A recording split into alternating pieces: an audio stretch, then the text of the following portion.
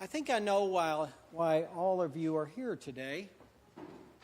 I think I know why people are in churches all over this city, all over this country, all over the world. We want to be close to God. We want to know God and want to be faithful to God.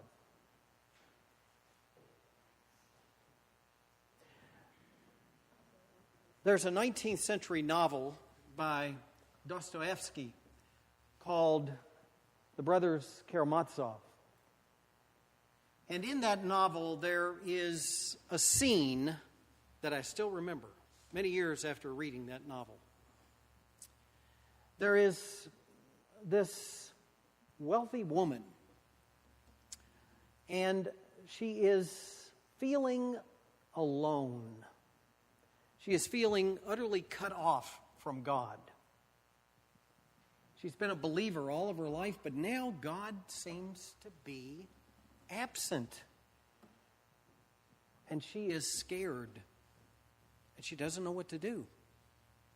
So she seeks out an Orthodox priest, one known for his spiritual depth and wisdom. His name is Father Zosma. And she goes to Father Zosma and she says, "Father, this is my situation. I feel cut off from God. I feel that God is gone. He is absent. What shall I do?" And the priest answers simply, love. Love. And you will be one with God. Now, the love that Father Zosma exhorts her to exercise is not anything feeling-based, but it's action-based. It is, you might say, it's doing the very best for others, actively pursuing the well-being of others, acting for the flourishing of all human beings. That's love. Love like that, Father Zosma says to Madame Hokema, and you will be one with God. Just love. Just love. Well, today, Jesus instructs us in love. He preaches or teaches this lesson called the Sermon on the Mount. It's the first of 5 sections, 5 major blocks of teaching in St. Matthew's Gospel. And in the way that Moses goes to the mountain, if you will, to receive God's revelation, so Jesus goes to the mountain and there receives God's revelation, Jesus, the Son of God. And God shows Jesus what love looks like. And everything that Jesus says and everything that Jesus does, it all proclaims one thing, and that is love. That is working, willing and working for the flourishing of every human being. That is Jesus. That is his life, his suffering, his death, his resurrection, his ascension, and his coming as the Holy Spirit to his body, the church. And today, in this Sermon on the Mount, Jesus, he reveals to us who God is and what life is to look like under the reign of God, in the kingdom of heaven. He describes the characteristics of God and the characteristics that the followers of Jesus are to reveal to the world. This is what a loving character looks like, according to Jesus' teaching. To love means to be humble before God and to be open to God and to receiving what God has to give and then sharing that with others. To love is to be gentle and kind. To love is to care about right and to do right and to avoid wrong. To love is to pursue righteousness, to work for a good world, to love is to be a peacemaker. To love is to be pure in heart, to be good inside. And to be good inside, the only way to be good inside is to know God, to care about God, and to live a godly life, as we see that godly life in the life of Jesus. To love is to have empathy. It's to mourn with those who mourn. It's to suffer with those who are suffering. It's not to insulate ourselves against suffering, but it's to be there with the other who is suffering and to do all in our power to alleviate that suffering. That's what it means to love, to mourn with those who mourn. So in this Sermon on the Mount, Jesus is revealing to us the nature of God, and God's nature is love, and He is calling His followers, Jesus, the Son of God, to follow Him in the way of love.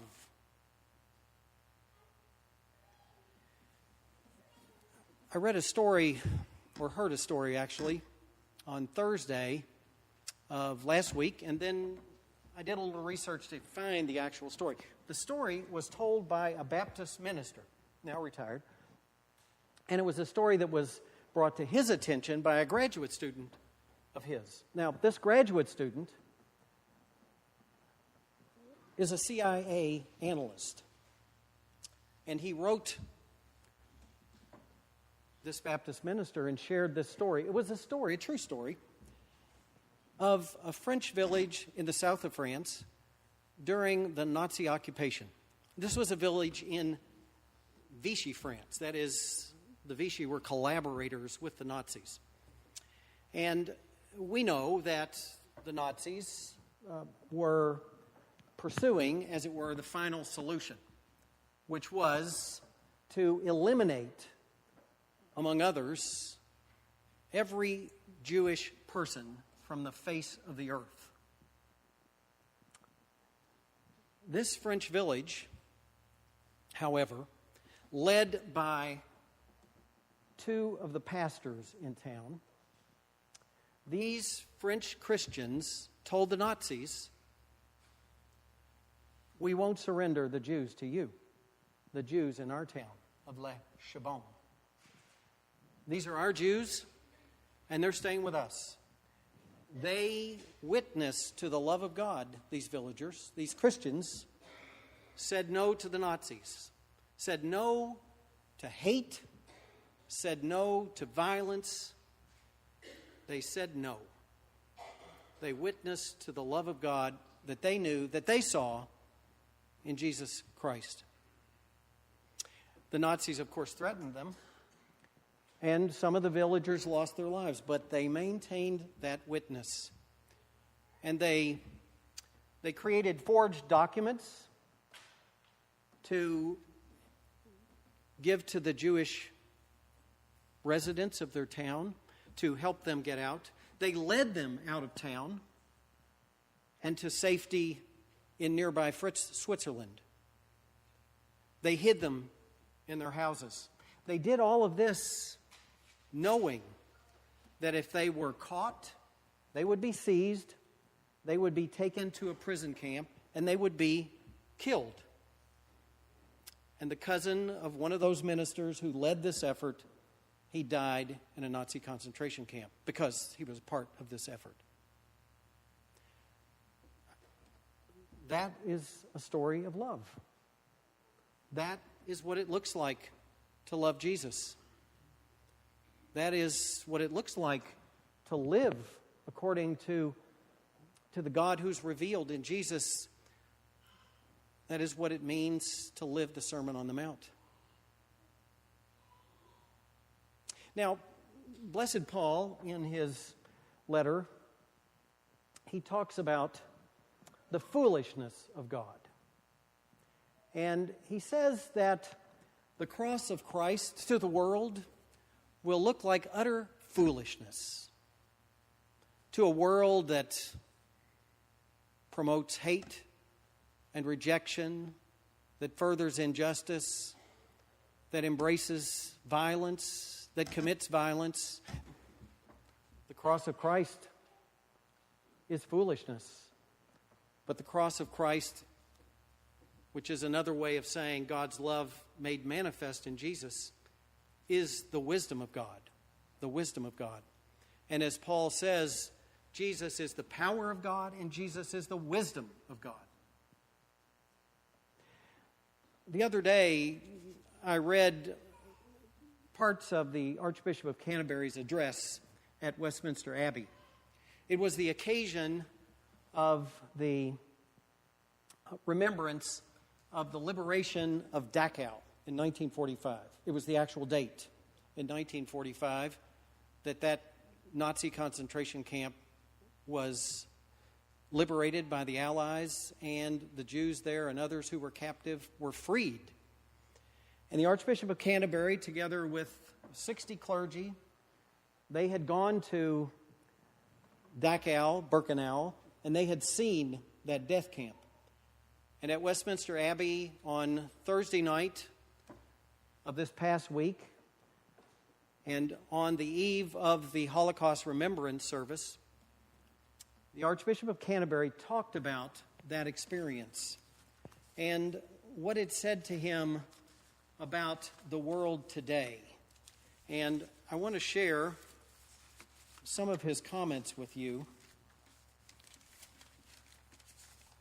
and I hope I can find them.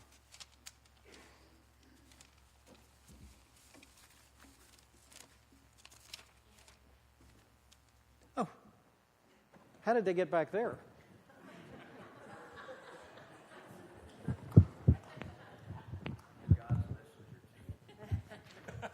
There you go. It's the actual page.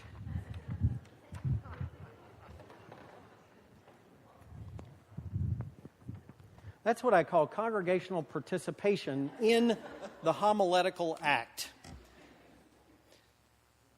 So, Thursday night, the Archbishop of Canterbury spoke at the Holocaust Memorial Day service.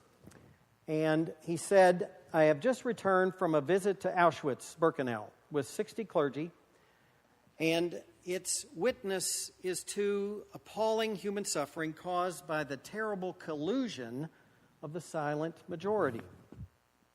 Quote, whilst Jews and others were caricatured and vilified by unscrupulous politicians and venal newspapers, there was an unquestioning acceptance by ordinary people. Life goes amid a culture of alternative facts, the Archbishop said, of post-truth, of collusion with deeds which sing the tunes of evil, a culture which needs to be challenged at every level and in every conversation and debate in this country, if it is indeed to be a place of safety and healing for those fleeing tyranny and cruelty, if indeed life is to go on flourishing and fully. He said in an interview later, the most profound thing that struck me was the sheer mechanistic efficiency and the normality for those who did these terrible things. The accountants, the doctors, the architects, they just did their jobs. And they never really focused on what those jobs were. It was the absolute destruction of humanity and their own humanity, although they didn't know it. That was very powerfully seen, and I think that has to say to us that we must be alert and must speak out. Life goes on, but the end of killing does not mark the end of suffering. The restoration of individuals and communities is our responsibility as a society that rightly holds to biblical Judeo-Christian injunctions to welcome the stranger in our midst and to seek the flourishing of all within our land. The Archbishop of Canterbury was speaking to the English people, to the British people, but I also heard him speaking to me, and I also heard him speaking to America. Tomorrow, I'm going to do something very foolish. The wisdom of God is foolishness in the eyes of the world. I'm going to do something foolish. I'm going to join Christians, Jews, and Muslims tomorrow afternoon, and we are going to witness to God's love for all human beings. And we're going to be doing that at the offices of our congressional representatives. We'll be at Congressman Long's office, and we'll be at Senators McCaskill's and Blunt's offices. And I will be there to make a statement about who God is in my understanding of God. And God is love. And I will be there living out of my faith in God, and I will be there exercising my constitutional right, my First Amendment right, to freedom of religion, freedom of expression, freedom to petition my government for the redress of grievances. I'm concerned about our nation. I'm concerned about what is becoming public policy. I'm concerned that love is being challenged, that our brothers and sisters in the human family from places like Iraq and Syria, our Muslim brothers and sisters here in this country are under threat, are in danger. I read in the paper today about, for instance, an Iraqi translator who worked with the U.S. Army in Iraq, who put his life in peril to help those soldiers, who was on his way to this country, who landed at JFK and was turned back because of the ban.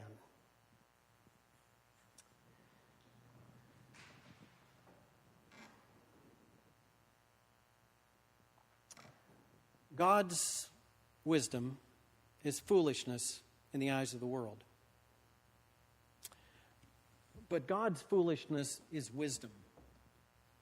It is foolishness for those who are perishing, God's wisdom, but it is wisdom for those who are being saved. Our God is a God of love. And if we would know God, if we would be blessed by God, we would love. We would love our neighbors as ourselves. We would live according to that exhortation by the prophet Micah, who challenges Israel because Israel has been unfaithful to God. Israel has rejected God's blessings and has lived not for righteousness, but for unrighteousness. And the prophet speaks for God to Israel, and he says, what does God require of you? But to do justice, to love kindness, and to walk humbly with our God. God is real, and we know God when we love. Mrs. Hakama, Madam Hakama knew that. May we know that. Amen.